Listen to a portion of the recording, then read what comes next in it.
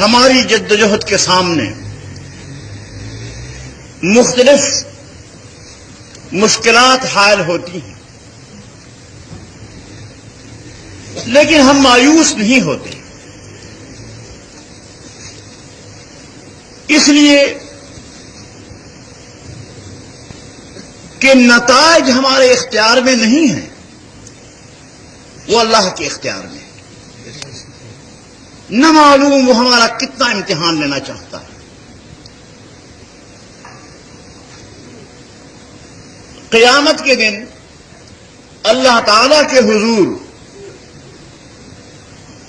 پیغمبر بھی پیش ہوں گے۔ صحیح مسلم کی روایت میں آتا ہے کہ ایسا نبی آئے گا خدا کے سامنے کہ اس کے ساتھ کوئی امتی نہیں ہوگا، کوئی امتی نہیں۔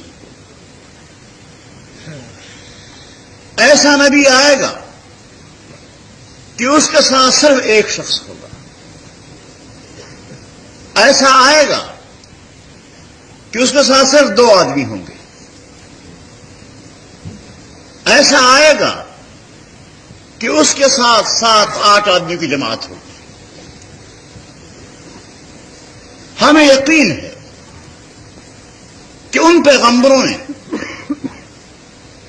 جن کے ساتھ لوگ نہیں تھے اپنے مشن کو تکمیل تک پہنچانے میں پوری زندگی صرف کر دی۔ حضرات انبیاء علیہم الصلوات و تسلیمات کبھی تبلیغ دین میں کوتاہی نہیں کرتے۔ یہ بہت بڑی غلط بیانی ہے کہ یہ کہا جائے کہ فلاں پیغمبر نے تبلیغ دین میں کوتاہی کی۔ کوئی پیغمبر تبلیغ دین میں کوتاہی نہیں کر سکتا۔ اس پیغمبر نے پوری عظمت کے ساتھ، پوری ہمت کے ساتھ نبوت کے شان کو ملحوظ رکھتے ہوئے اللہ کی دعوت پہنچائی، لیکن دل خدا کے ہاتھ میں ہے، نتائج اللہ کے ہاتھ میں ہے۔ ان قلوب بنی آدم بین اصبعی الرحمن یقلبها کیف یشاء۔ بنی آدم کے دل اللہ تعالی کی 2 انگلیوں کے درمیان میں ہیں، جیسے چاہے پھیر دیتا ہے۔ تو ہدایت، کامیابی، نتائج کا مرتب ہونا یہ ہمارے اختیار میں نہیں۔ ہم تو اتنے مکلف ہیں کہ اس راستے پر چلو، زندگی کو اس راستے پر چلاؤ، یہ کام تم نے کرنا ہے۔ اس لیے ہم اللہ کے سامنے اور آپ کے سامنے یہ اقرار کرتے ہیں، اللہ ہمیں توفیق بخشے۔ اللہ کی توفیق کے بغیر کچھ انسان نہیں کر سکتا۔ ہم یہ اقرار کرتے ہیں کہ انشاءاللہ ہماری زندگیاں وقف ہیں اور ہم نے اسلام کے نظام کو یہاں قائم کرنا ہے۔ میرے محترم دوستو، مجھے بڑا افسوس ہے کہ یہ اقتدار، پاکستان کا جو اقتدار آپ کے سامنے ہے، یہ کیا چیز ہے؟ اس اقتدار کو بچانے کے لیے، کرسی کے تحفظ کے لیے جو آتا ہے وہ اس کو زندگی کا مقصد بنا لیتا ہے۔ ہر ایک شخص جب آتا ہے سمجھتا ہے کہ بس میں نے اس کرسی سے اترنا نہیں، کچھ ہو جائے، لیکن میں جانتا ہوں کہ اقتدار کا انجام کیا ہوتا ہے۔ اقتدار کا انجام کیا ہوتا ہے میں جانتا ہوں، آپ بھی جانتے ہیں۔ میرے محترم دوستو، یہاں پر پاکستان کے پہلے وزیر اعظم خان لیاقت علی خان مرحوم، ان کا انجام کیا ہوا؟ ایک بدو شخص نے لیاقت باغ راولپنڈی میں عام جلسے پر اسے گولی مار دی۔ اور بے کس کی لاش پڑی رہتی ہے۔ میرے محترم دوست، اس کے بعد ایک شخص کا ذکر میرے عزیز ندیم صاحب نے کیا تھا،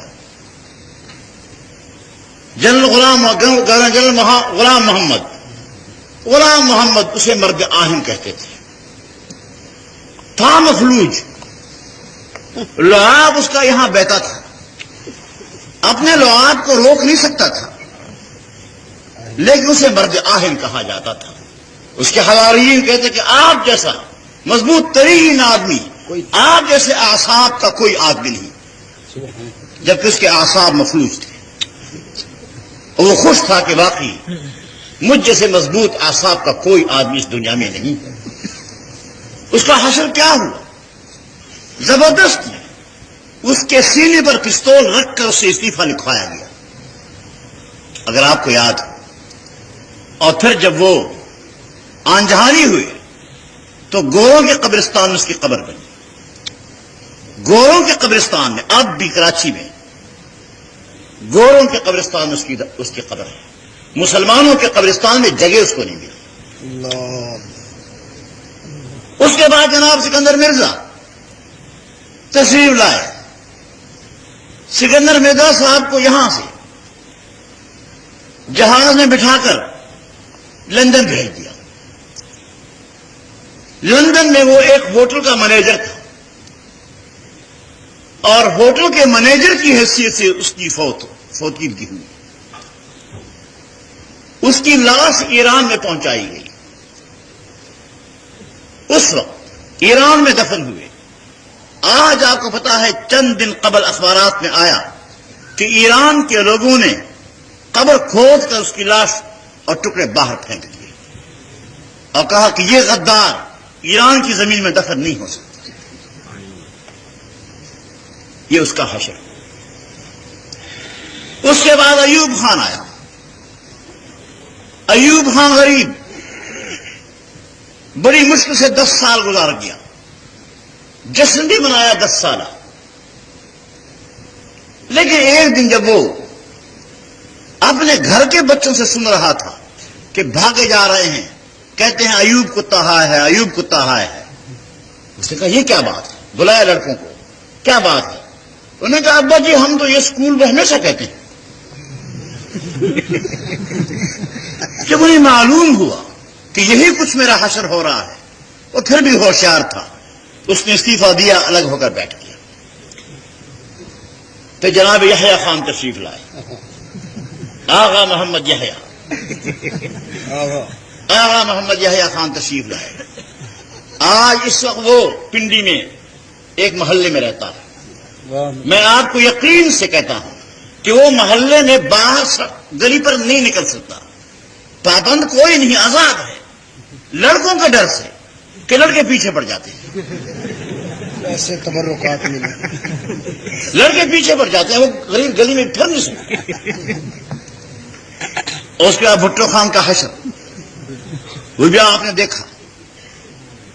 تو جب ہمارے یہاں ہر ایک کا حشر یہ ہے جو آپ کے سامنے ہے، اس کرسی کا شوق کون بیوقوف کرے؟ کون بیوقوف اس کرسی کا شوق کرے؟ مجھے تعجب ہے کہ پاکستان کی اس تاریخ، مقتدر ہستیوں کی تاریخ سے کوئی سبق نہیں لیتا۔